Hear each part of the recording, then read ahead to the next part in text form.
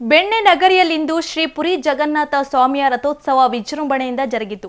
ಸಾವಿರಾರು ಭಕ್ತರು ರಥೋತ್ಸವದಲ್ಲಿ ಪಾಲ್ಗೊಂಡು ಭಕ್ತಿಯ ಪರಾಕಾಷ್ಠೆ ಮೆರೆದರಲ್ಲದೆ ಮಳೆಯ ನಡುವೆ ತೇರನ್ನು ಎಳೆದು ಭಕ್ತಿ ಭಾವದಿಂದ ಹೆಜ್ಜೆ ಹಾಕಿದರು. ಹಾಗಿದ್ದರೆ ಹೇಗಿತ್ತು ಜಗನ್ನಾಥ ಸ್ವಾಮಿಯ ರಥೋತ್ಸವ ಅಂತೀರಾ? ಈ ಸ್ಟೋರಿ ನೋಡಿ.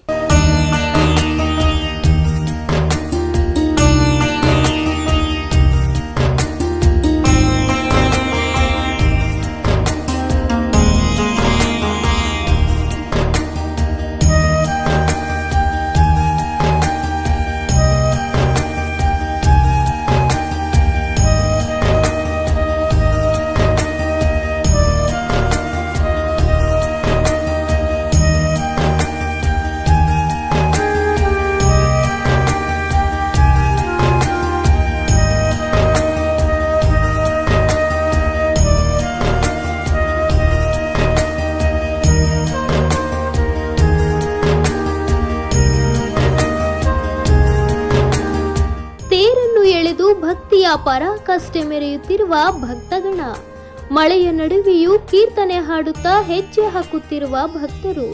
ಈ ದೃಶ್ಯ ಕಂಡು ಬಂದಿದ್ದು ದಾವಣಗೆರೆಯ ಶ್ರೀ ಪುರಿ ಜಗನ್ನಾಥ ಸ್ವಾಮಿಯ ರಥೋತ್ಸವದಲ್ಲಿ. ಹೌದು, ಕಳೆದ 3 ವರ್ಷಗಳಿಂದ ಶ್ರೀ ಪುರಿ ಜಗನ್ನಾಥ ಸ್ವಾಮಿಯ ರಥೋತ್ಸವವನ್ನು ದಾವಣಗೆರೆಯಲ್ಲಿ ಸಂಭ್ರಮದಿಂದ ಆಚರಣೆ ಮಾಡಿಕೊಂಡು ಬರಲಾಗುತ್ತಿದೆ. ಆದರೆ ಈ ಬಾರಿ ರಥೋತ್ಸವ ವಿಶೇಷವಾಗಿತ್ತು.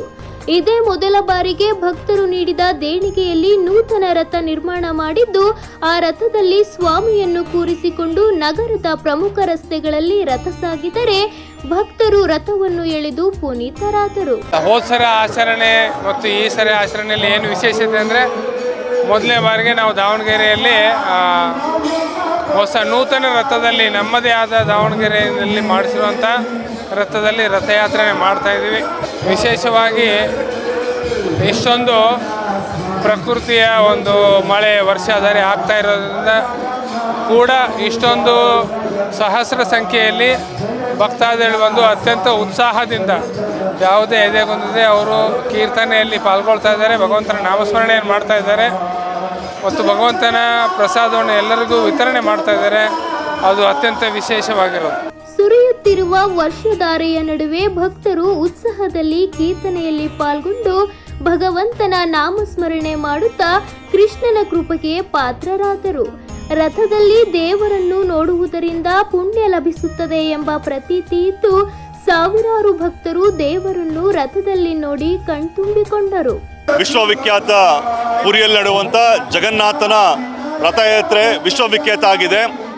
ಅದೇ ರೀತಿಯ ಜಗನ್ನಾಥನ ರಥಯಾತ್ರೆಯನ್ನು ಕಳೆದ 3 ವರ್ಷದಿಂದ ಯಶಸ್ವಿಯಾಗಿ ದಾವಣಗೆರೆಯಲ್ಲಿ ನಡೀತಾ ಇದೆ. ಈ ವರ್ಷವೂ ಸಹ ಅದ್ಧೂರಿಯಾಗಿ ನಡೀತಾ ಇದೆ. ಸಾವಿರಾರು ಕೃಷ್ಣನ ಭಕ್ತರು ಈ ಮೆರವಣಿಗೆಯಲ್ಲಿ ಭಾಗವಹಿಸಿದ್ದಾರೆ.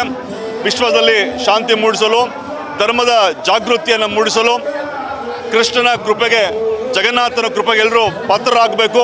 ಏನು ನಮ್ಮ ಹಿರಿಯರ ನಂಬಿಕೆ ಇದೆ, ರಥದಲ್ಲಿ ದೇವರನ್ನು ನೋಡೋದ್ರಿಂದ ನಮಗೆ ಪುಣ್ಯ ಲಭಿಸುತ್ತೆ ಅನ್ನುವಂಥ ಏನು ವಾಡಿಕೆ ಇದೆ, ಆ ನಂಬಿಕೆ, ಆ ವಿಶ್ವಾಸ ಎಲ್ರಿಗೂ ಬರಲಿ ಅನ್ನೋ ಒಂದು ಕಾರಣಕ್ಕೋಸ್ಕರ ದಾವಣಗೆರೆಯಲ್ಲೂ ಸಹ ರಥಯಾತ್ರೆ ನಡೀತಾ ಇದೆ.